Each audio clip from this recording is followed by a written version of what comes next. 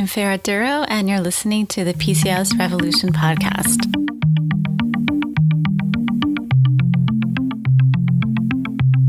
Hello, everyone, and welcome to episode 2 of season 2 of the PCOS Revolution Podcast.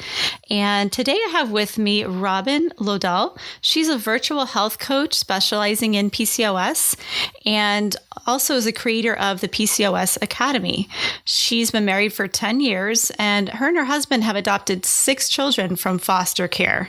So Robin, you are my hero, and she is passionate about helping women with PCOS to really help them see their true potential while overcoming the obstacles of PCOS in day-to-day life. So welcome, Robin. I'm so glad to have you. Oh, well, thank you for having me.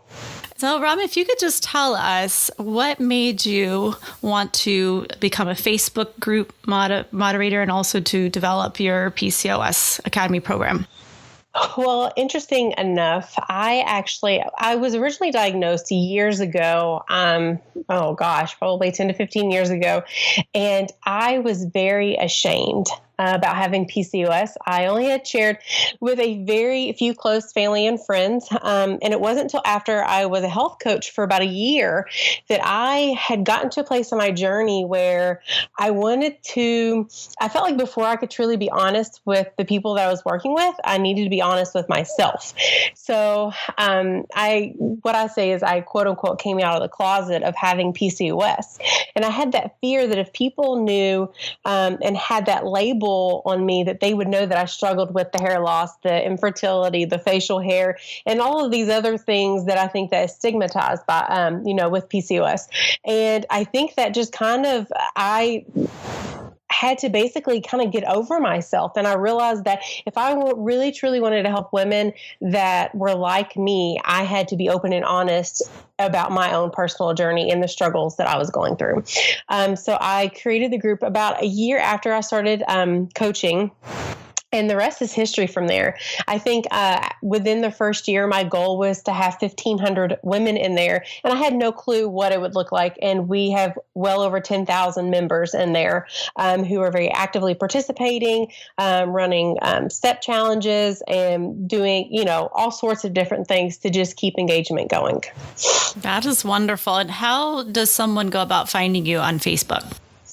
Well, I have a couple of different pages. I have my personal page, and then I also have a like page, which is where I run a lot of just my everyday life, because like you said, I have adopted 6 kids. I'm actually a homeschooling mother as well. So there's always something crazy going on in my life. And so I just want people to know that I'm an everyday, average, normal person. And so they can follow me at Robin Lodal at Facebook. And then I also have my PCOS Academy page as well that they can follow me at. Awesome. And the Facebook group is the PCOS fitness group, or is it a different group? Yes. Oh, and the fitness group is actually just named PCOS Fitness. So they can go to the search bar and type that in. And the fitness group itself, we accept women from all over the world. The Academy, however, at this time, we can only accept women from the US, Canada, and UK. So we're hoping to expand it even more within the next year or so. But right now, we were able to expand to the UK back in October. So I was able to fly to London and kind of launch it there, which I was super excited about. So I'm so thrilled to see what the future, can even bring and how we can even expand it even more to women of all the, these places that are so unreached. I'm so excited about reaching out to so many other women in other countries. And if you look at places like India, I think that's the highest amount of PCOS worldwide. And, I don't know if the information's really getting out there. So, maybe that's your next country. So can you tell us a little bit about the program? So the Academy itself is a little bit different from the PCOS Fitness Group. The PCOS Fitness Group is a general support group. We do have a lot of free challenges there, but when you join the Academy, it is where you truly get to work with me one-on-one. We focus on nutrition, we focus on workouts, and that's something I can completely provide to you, meal plans. We focus on not just the physical journey, but we focus on the emotional aspect, because if other women with PCOS, if they're like me, this journey is much more emotional than it is physical. And so we really dive to the heart of why we are where we are, why we want to get healthy, why are they willing to, follow a meal plan, because I want them to know that they will fail from time to time. And I want them to learn to fail forward. And I want them to realize that the reasons why they're doing it are so strong that all the excuses that will come up along the way will pale in comparison to why they're doing it all in the first place. And the motto for our academy is to never give up hope, no matter what goals they're shooting for. So that's just basically where you truly get to join in a group of a much smaller a group of women. Usually I try to keep it under 15. So there's usually 10 to 15 women in the group at a time. And we do weekly virtual chats. We share recipes. It's where you truly get to know one another, because it's very hard in a group of 10,000 women. Right. And I think that the one-on-one is so important as well. I mean, everyone's situation is different all the times. And so, basically, if you could give just one piece of advice to someone struggling with PCOS, what would that be? I would suggest reach out and find support somewhere. If it's not my group, I would just ask for you to reach out to a friend. If you don't feel comfortable sharing with someone in your what I would consider real life, because before the internet, I honestly did not know anybody in real life with PCOS. But now that I have come out of the closet and I have shared with thousands of women, I don't feel alone. And I think that when a lot of women are able to get to that point where they are able to go and seek support, even if it isn't in a person they can meet with face to face, sitting next to you on a couch, someone that can hug you and let you cry on their shoulder, I think at the least I would recommend them to go find a support system online, because technology is awesome nowadays. I get to do video chats every day with women all over the world. And so I really have been able to build relationships with women who have completely, different experiences than mine, but we still relate to one another because we're still struggling. So my biggest, advice would be to find a support system. Right. And I think now that, even as we were discussing on the show earlier, that actually 50% of women are still undiagnosed with PCOS. So our goal is to really reach everyone and get awareness out there that there are certain symptoms to look for. And if you do have these, you do need to speak to somebody about getting further testing. And that's really just the first step. And then the support comes next, and it's just really crucial to find you're a group of your peers that, can relate to what you're going through. So definitely. And one of the things that we focus on in the academy is just PCOS education in general, because I have chatted with so many women who went misdiagnosed or undiagnosed for years. And they maybe went through 3-4 doctors before they found a doctor that even tested for it. But even then, some of those that do test for it are honestly not very educated about it. So I just seek people, I just encourage them, you have to be your own advocate. You have to be willing to do your own research, because in order for you to be able to accept it, you have to be able to understand it. All right. And we see this coming up over and over again, I think with, patients that I talk to, women in general, and also my own situation where I never even was told I had PCOS. I had to do my own research about it before Google and all of that. But now that we have all these resources, we're actually putting a checklist together on PCOSpodcast.com. And that checklist is something that you can actually print out, and you could take it to your provider and say, look, I'm experiencing these things: hair loss, abnormal hair growth, weight gain. I can't seem to take it off. I can't get pregnant. What's going on with me? Please give me the right testing. And I think that's the first step. It's just acknowledging that there is something wrong. Yes. And not settling for a non-answer. For every doctor that is not knowledgeable about PCOS, there is going to be a doctor that is. So I just, do your research before going to a doctor. If you are unsure, I would go into a practice website and see if there is a nurse practitioner or a doctor that specializes in PCOS, and make an appointment with that doctor in particular, because they're going to be the ones who truly can honestly sometimes just look at you and speak with you, and more likely than not can diagnose you on the spot without any tests, because of just their experience. Right. And basically, there are practitioners that do see a lot of women with PCOS. It's part of their specialty. And it doesn't have to be at a particular reproductive clinic or, an endocrinologist per se, but I think reproductive endocrinologists who work with PCOS are probably a good source to actually get testing done, ultrasounds and things like that. And then, the support system, they can also refer you to perhaps psychologists, acupuncturists like myself that work with PCOS every day, and different resources, so that, and also connecting to, I think, these online groups they're just acknowledging that, yes, there's people out there that are also crushing it and doing really well and getting over this, and it's not a death sentence where you're going to have, you're going to have to struggle every day. So. And that's so true. And like I said, there were years that I was embarrassed. I was ashamed. I felt guilty. And it wasn't even like I did anything to deserve it or to be able to, make my body have this. It happens. It's hereditary. And when you're able to, truly be able to, like I said, understand it, you're going to be able to embrace it. And it's going to be a part of your story. It's going to be a part of your journey. And it's, and one thing that I've shared with women is, this is my journey, and I'm going to own it for what it is.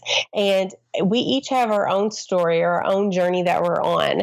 And some are going to have varying degrees of PCOS, but together we can truly support one another. And one thing that I've learned is you may not struggle with one aspect of PCOS, but another person in the group may.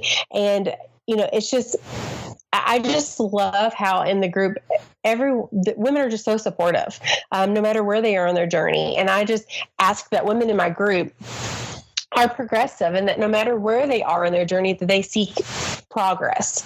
And that no matter, even if you didn't have PCOS, you shouldn't be content just staying stagnant where you are. Because I think that whether it's physical, or like physical growth, as in losing weight or getting off medication, I think that we should always be seeking progress and seeking growth, and especially emotionally, because this journey, like I said earlier, is way more emotional than it is physical. And it could be also an opportunity for growth to know that I know exactly what can make my body feel better, and I know how I feel emotionally if I eat this, or I don't exercise, or I do these things. So in a way, we kind of have an advantage, I think, over others. And it could be a good opportunity also just to get to know your own body a little bit more as well. I mean, we start with charting temperatures a lot of times and looking at the fluctuations. Are there spikes and things like that? And especially if someone is trying to get pregnant. And with PCOS, it can be really frustrating to keep testing with LH strips, ovulation test strips. If anybody's ever tried them with PCOS, it's really frustrating because the LH is usually high. Like that hormone marker saying that you're ovulating can actually be positive for several days or weeks on end. So you'll never really get a good result sometimes with that. So just learning your temperatures actually, I think is really important. And that can also tell you, if you've ovulated ovulated, or B, if you're pregnant. And I mean, believe it or not, we've had patients who came in 3 months pregnant and had no idea because their cycles were so irregular. Perhaps they only ovulated once or twice a year, and they just happened to hit the jackpot on that particular, a month. But the temperatures will actually tell you when you're pregnant. So, and it's free, and it's one of those really cool resources that we share. But I think just starting sometimes with knowing our body is super important. And I think when you have a coach or we have somebody that actually has been through it, have walked the walk, it kind of just makes it that much easier to get progress actually in whatever treatment you're doing. And I agree. Not that you have to seek knowledge or support from someone with PCOS, but at least someone that has the knowledge of PCOS and that can back up some of the things that they're suggesting to you with research. Because I've spoken to women who, and myself included, by some doctors have been told to take this pill or that supplement, but I was never given the research behind it. I was never given these are the benefits and these are all of the side effects. So I think it's really important to find someone who is knowledgeable, who has done research, and that will also encourage you to do a little bit of the homework yourself, and not to take things at face value. Because since becoming a coach and working with women with PCOS and learning more about my body, I've learned how important nutrition plays a role. In words, like I didn't even know what the word adaptogen was a few years ago, and I could tell you that 99 out of 100 women with PCOS don't know what the word adaptogen means. But I'm telling you what, they're going to go Google it now. And how important a lot of adaptogens can play a role in helping to heal their body. And so it's just, those are just like the extra little, I don't want to say freebies, but those are going to be the extra things that you're going to get from someone who is knowledgeable about PCOS versus someone who is not. Mm-hmm. Yes. And, based on the women that you've worked with, what do you think is the biggest thing holding them back from overcoming their symptoms? Limiting self-beliefs. I think that a lot of them have lost hope. I think where a lot of them have struggled for so long, either with weight loss or fertility, that they just feel like that their story is already the story of their life has already come to an end, and that it is a death sentence. And I'm here to tell you it's not. For years, I struggled, and I share very openly. I even had weight loss surgery years ago, and I lost weight, but then I gained it all back. And going into it, I had the mentality, well, it probably won't work for me. I have PCOS, and guess what? It didn't, because I had that mentality. I had that limiting self-belief. So in the academy, I want people to realize that they have the power to change the way their story ends right here, right now, with each choice that they make. The story of the end of their life is not already written for them, and they just kind of have to live it out, and PCOS is the end all be all. That's not it at all, because that's, like you said, that's a death sentence, and what kind of quality of life is that? And so I really like to work with women to help them overcome those limiting self-beliefs and allow them to truly believe that there is hope for them, whatever their goals are. And one thing that I've learned as a coach, my goals that I have for them may not be what their goals are for themselves.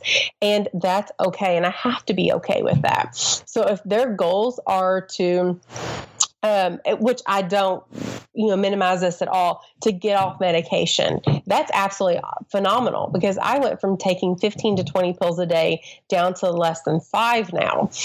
So that's a huge non-scale victory in my book. But if they feel like for the rest of their lives, they're going to be taking all these pills, all these supplements, and there is no hope of getting off of it, well, guess what? If they don't change their mindset, then nothing's going to change. So just really working with them to overcome the limiting self-belief that we've carried, basically is calling out the BS lies that we've continued to tell ourselves for the past years and for generations that have passed, and just calling the BS out for what it is, and just truly realizing that you have the power to write the rest of your story. That is very powerful just to have that mindset going through, anything. With exercise programs, starting a nutritional program, or just like you said, the overwhelm of, okay, take this, take that, do this, and everyone's giving you advice. And last week, we actually had someone come into our office with a grocery bag full of supplements. And literally there were 35 bottles of supplements. And she said, I have to take these because my fertility doctor gave me all of these to take, and I just can't take them because I'm not even eating anymore. I'm just taking pills. And it broke my heart because really, like, that is definitely not the end plan. It's just too much. And I don't even think your body could handle that much, honestly. Well, and also I kind of ask them, well, where's your quality of life? Like, if you are so and this is kind of, it's not off topic, but it is, but I share all the time. If someone has a desire to be a mother so strong and they truly believe that they were created to be a mother, and I'm a Christian, I'm a believer. Like, I believe that God will make you a mother. It may not be the way that you originally planned or designed, but it's the way that I feel like the universe has designed. I never imagined to even be a foster mother. I never imagined adopting, really domestically at all. So when I now can say I've adopted 6 kids through foster care, I'm like, oh gosh, like that's my story, because it's not one that I had ever envisioned. And so I just ask people to have an open heart when it comes to those things. And I'm not saying that you should lose hope and say, well, I should not try fertility, these supplements, or I should not try acupuncture, or I should not try this and that. I'm not saying that at all. I'm just saying when it disrupts your quality of life and it becomes your main focus to where the rest, like your relationships are failing with the people you love, the relationship with yourself, you're no longer investing in self-care. I think that's when you kind of have to take a step back and reevaluate and be like, okay, like what is truly going to make me happy, And it seems like a hamster wheel sometimes. You don't know when to get off, and it can be really hard. And I know that's sometimes what our patients struggle with too. We're going through fertility treatments with PCOS and without PCOS, just unexplained sometimes. So it's really hard, and especially when there's a lot of pressure, social pressure too, and their family members asking, so when are you going to get pregnant? When is it? And even when you get pregnant, when's the next one coming? So it really is like the pressure's on. So I think you do have to have a lot of inner strength and really know, like, okay, this is the plan. I'm going to do this. So. And definitely take care of yourself, like you were saying. It's so important. If you could share one pearl of wisdom that contributes to the success you've had working with women with PCOS, what would that be? One pearl of wisdom, I would say, one, to never lose hope. And I would say one of the things that's helped me become successful, not only in my own personal journey, but in the business aspect of it, is being willing to be authentic and raw with someone else. Being honest, not just with yourself, but someone else in this world. And like I said, if it's not someone that you can sit on the couch with, someone online, someone that you can connect with, who will be there with you through the thick and the thin. Because when it comes to, you can have all the tools and the resources in the world. You can have all of the research, but if you don't have the support, you're going to feel all alone. You're going to feel overwhelmed. So I think the best thing I could tell someone is to find a support system, especially if they do feel like they are the hamster in the wheel, or if they feel like they've tried X, Y, and Z and they're still not getting the results that they want. Find a support system. Find someone who you can be truly you with, truly someone that you can be authentic, you can be real, and you don't feel like you have to hide anything behind or hide anything from. Because when you build relationships that are like that and you build those connections, I think that's when you truly thrive. Even if certain areas of your life are not going the way that you'd like them to go, as such as infertility or weight loss, you're still building those relationships that are meaningful, that are lasting. And that's crucial. I mean, it's so many facets and layers involved with PCOS that it does take a village, I think. So it does. And honestly, the things that we are shooting for, or at least the women that I work with, whether it's to get off medication or to get pregnant or to have a baby or enter whatever goals of the women, that I've worked with, things, they don't happen overnight. And so if you're willing to work, and building those relationships and those connections, hopefully those goals will happen. If you're consistent with it, things will happen with weight loss, with cutting out medication and supplements. But, even if you aren't able to get pregnant, you still have a wonderful relationship with a friend who totally gets you, who's been there through the ups and the downs with you. And I don't know about you, but it's hard to find people, especially as an introverted myself, it is very hard to find a true friend of someone who knows, the good, the bad, and the ugly about you. So if you're able to find someone like that, even if it is virtual, I highly recommend it. Right. And have a buddy, right? Just like a buddy to talk to sometimes when you're feeling low, and also to share your successes with a lot of times. And I think that's one of the things that sorry, I cut you off, but one of the things I love about doing what I do is because I make it fun. I don't, and one of the things I love, about being a virtual health coach is it's all from my couch or my dining room table or from my office. I love that I can do it from home. It works with my schedule. And I do it because it's fun to me and I enjoy it. And that's kind of how I got into coaching in the first place. It was a hobby for me, and it's still a hobby. And I hope that it will never not be a hobby. And so just making it fun and I think that when it does start affecting the other areas of your life is when you kind of need to take a step back and say, all right, let me reevaluate what my goals are, what I'm doing to get there. And I mean, honestly, are you selling your soul to try to get it? Because you have to live in the moment too, and you got to have fun. Yes, definitely. That's super important. And even just laughter sometimes. Yes. It's a cliche, but it can be the best medicine. So I really think that this is really going to be an awesome resource for people listening as well. And of course, the Facebook group is super helpful. So if you could recommend an internet resource, obviously we know about your PCOS Academy. What other resource could you recommend for somebody who is looking for help? I would definitely recommend, like I'm sure this has been mentioned before, like PCOSdiet.com. There's several just different institutions that have like PCOS Challenge that are basically. One thing I've learned is with a lot of these little websites that are popping up, I believe it's PCOS Diet and PCOS Challenge. They're women who have PCOS who are becoming advocates by themselves. They're just like me. They have PCOS and they've become an advocate for PCOS. So this is kind of a tangent, but I want you to know, if you're listening, you can become an advocate for PCOS. Do not feel like you have to have a degree. You do not have to have a certification.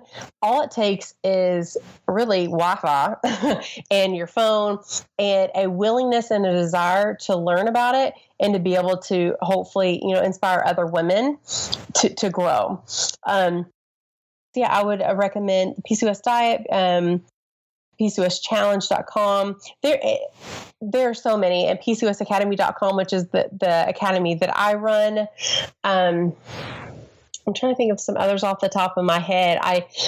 There are just a lot out there.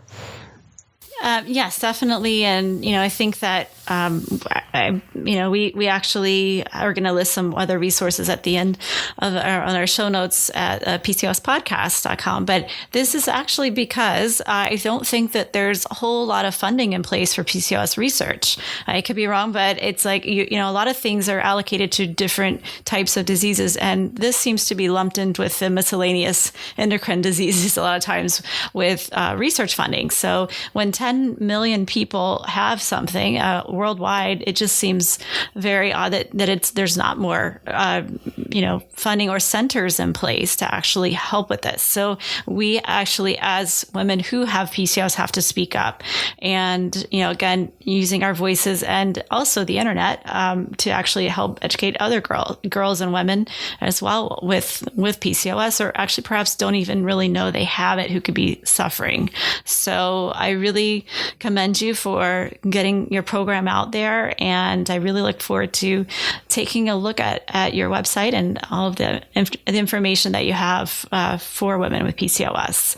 And I guess my final question would be, since we talked about a few resources, if you could recommend a book, what would be the book you would recommend to somebody with PCOS?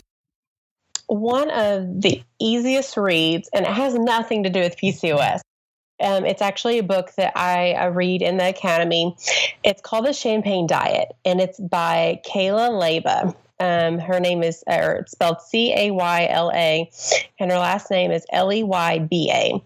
And she is an author who has written several books. And basically the book is about how, so often we get tunnel vision in setting these goals and reaching them, that the quality of life that we have truly just goes down the drain. And how basically she still has incorporated champagne into her diet because it makes her feel beautiful. It makes her feel, luxurious. And she's not going to guilt herself because she's learned ways to be able to nourish her body, but still enjoy things that are around her. And there's so much more that goes in with the book, but it is it's a very easy read. You honestly could read it within a week. And it's been life transforming for pretty much every woman that I've spoken to that's read it. It's been life transforming. So I highly recommend it. You can get it by paperback. You can get it by ebook or e-reader. And I tell people, go to the library. Like, if you want to invest a few minutes each day, whether it's 10 to 15 minutes or read 10 pages a day, if you focus on transforming your mind as much as we do our bodies and all these other things that we're trying to do, you're going to get a much better return on growing your mind and training your mind than you will anything else. Right. Well, I definitely look forward to checking that book out myself, and I hope that it's also an audio form. So I'll definitely search for that. Oh, great! We will definitely post the link up for that. I believe so. Great. And I think that there's a whole lot of resources out there, but making life fun too. I mean, it's so important. So that seems to me like a very fun read. So I look forward to that. It is. It is. Great.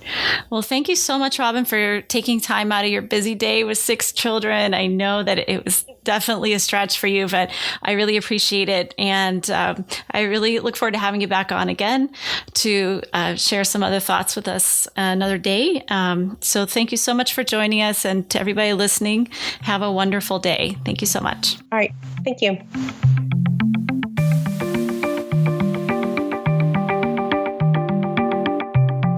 And that's the end of this episode of the PCOS Revolution Podcast. If you've enjoyed the show and want to help me spread the word about how women with PCOS and hormonal imbalances can lead happier, more healthier lives, please head over to iTunes and leave us a review. They really do make a difference. If you'd like to have a question answered on the show or would like to recommend a guest, please go to floridacompletewellness.com/podcast. If you're on social media, you can follow me at facebook.com/FloridaCompleteWellness and twitter.com/FloridaComplete, where I post a lot of interesting research, webinars, and articles on our blog about really getting to the root of hormonal imbalances like PCOS. So it's a great way to stay in touch with the latest developments. Thanks so much for listening, and see you soon.